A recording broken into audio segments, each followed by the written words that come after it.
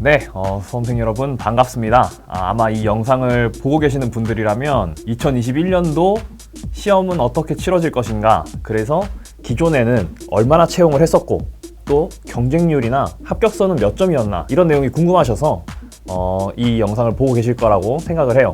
제가 그래서 역대 채용 인원 빅데이터를 다 취합을 해가지고 10개년어치를 정리를 했습니다, 여러분. 그 중에서 가장 좀 필요하겠다, 도움이 되겠다 라는 정보들 위주로만 제가 추렸습니다. 그래서 그 추린 내용들을 가지고 여러분들에게 설명을 드릴게요. 이 내용을 추린 걸 설명을 드리면 이제 여러분들은 직접 이제 10개년, 5개년 이런 걸 직접 보시는 건 어려우시니까 정리해드린 내용들을 보시고 내가 이제 공고가 떴을 때 채용 인원이나 또 경쟁률이나 이런 부분들을 어떻게 참고를 해야 되겠다, 이거는 뭐에 대한 내용이구나, 이런 부분들이 이제 좀 눈에 들어오실 거예요. 제가 이제 좀 설명을 좀 한번 하나하나 좀 드려보도록 할게요. 먼저 간호직 공무원의 지역별 채용 정보를 전체적으로 제가 한번 정리를 해봤는데 너무 옛날 정보는 사실 많이 도움이 안 되겠다 생각을 해서 제가 제외를 했고요.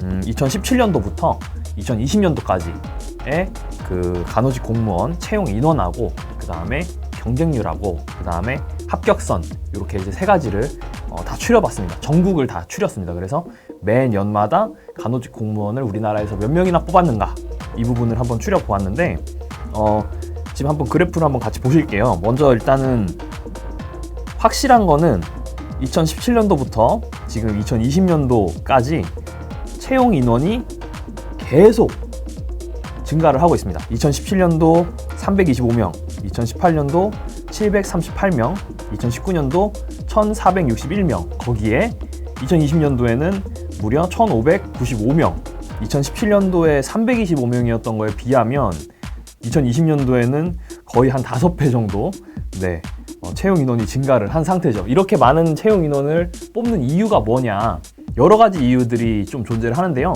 내년에도 이렇게 많이 뽑을까, 이런 부분도 궁금하실 테니까 제가 지금 사회적인 또 이 채용 이슈들에 대해서 간략하게 몇 가지를 좀 뽑아 드릴게요. 먼저 2018년도 19년도에 들어서 그 문재인 정부에서 그 공무원들의 인원을 대거 채용을 하겠다, 이렇게 공약을 걸었었는데 이제 그 공약을 시행하고 있는 단계입니다. 그렇기 때문에 채용 인원이 일단 계속 증가를 하고 있는 상태고요.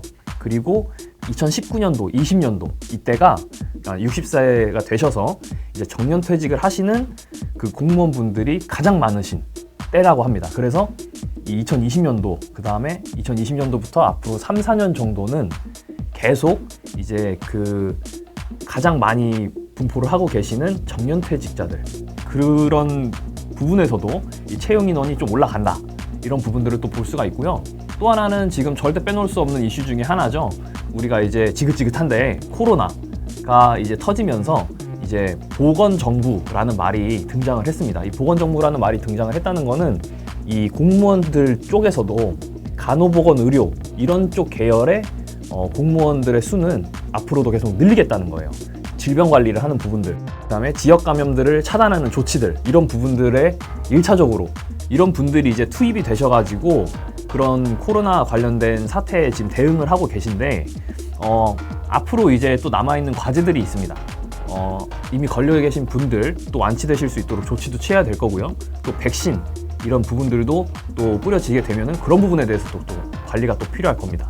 그리고 이때만이 아니라 이렇게 시기적으로 보건정부라는 말이 새로 생겨서 이제 정착이 되고 있는 시기라고 한다면 앞으로의 이 간호보건 의료 쪽에 그 공무원의 수요는 계속 늘어난다는 뜻입니다. 그런 지금 현재 상황에서 이렇게 이제 19년도, 20년도 계속 채용 인원이 증가를 하고 있다라고 말씀을 드릴 수가 있을 것 같고, 언제까지 계속 이렇게 많이 늘어나냐? 지붕 없이 계속 올라가진 않을 겁니다.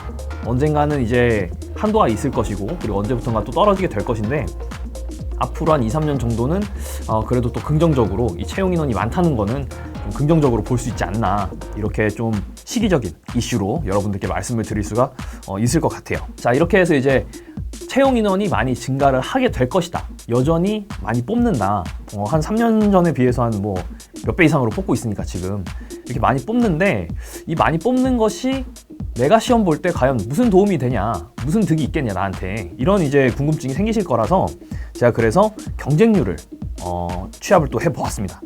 경쟁률을 한번 보시면 325명 뽑을 때 한번 보실게요. 그래프를. 그래프에 이제 2017년도에 325명 뽑을 때 당시에 경쟁률이 36대 1이었습니다. 네, 거의 고등학교 한 반에 36명 중에서 1등을 해야지 공무원이 될 수 있다. 이런 수준의 경쟁률이죠. 그런데 이제 2020년도에 무려 1,595명, 1,600명 가까이를 뽑았던 이제 2020년도를 보시면 경쟁률이 10대 1로 떨어집니다. 네, 10대 1로 떨어졌다. 이건 또 이제 할 만한 경기가 되는 겁니다. 이게 왜 이렇게 떨어지게 되느냐? 내년엔 더 떨어질 가능성도 있다고 제가 미리 말씀을 드릴게요. 왜 그러냐면 예를 들어 볼게요. 이제 3명이 올해 시험을 봅니다. 3명이 시험을 보는데 한 자리가 났습니다. 그렇게 되면 3명 중에 1명이 들어갈 수가 있는 거니까 경쟁률은 3분의 1이겠죠. 그런데 이 들어갈 수 있는 자리가 하나가 아니라 올해같이 예를 들어 2개, 3개라고 합시다. 그러면 뽑힐 수 있는 분들은 각각 들어갈 수 있는 공간들이 늘어나게 되는 겁니다. 들어갈 수 있는 자리가 많아진다는 건 경쟁률이 낮아진다는 거고, 경쟁률이 낮아진다는 건 시험에 응시를 했을 때 좀 낮은 점수여도 합격할 가능성이 높아진다 라는 얘기가 되는 겁니다. 여러분들이 합격하는데 훨씬 더 유리하다, 시기적으로 도움이 많이 된다라는 얘기가 되는 거고요.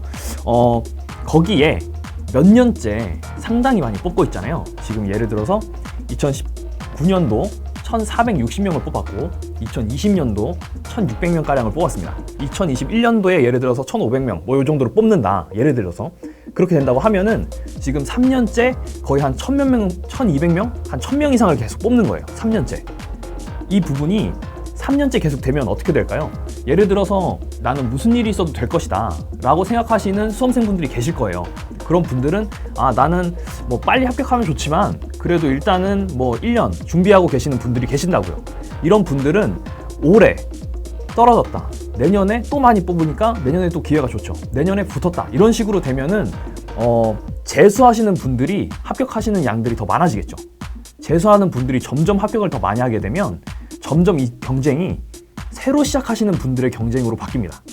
근데 이제 새로 시작하시는 분들이 매년 이렇게 몇백 명씩 계속 있냐? 그렇지가 않거든요. 그러면 재수생들도 거의 없고 새로 진입하셔서 공부하려고 하셨던 분들도 합격을 많이 하시고, 그렇게 되면 그 다음 해에 또 많이 뽑을 때는 재수생들이 거의 없기 때문에 새로 준비하시는 분들의 싸움이 되는 겁니다.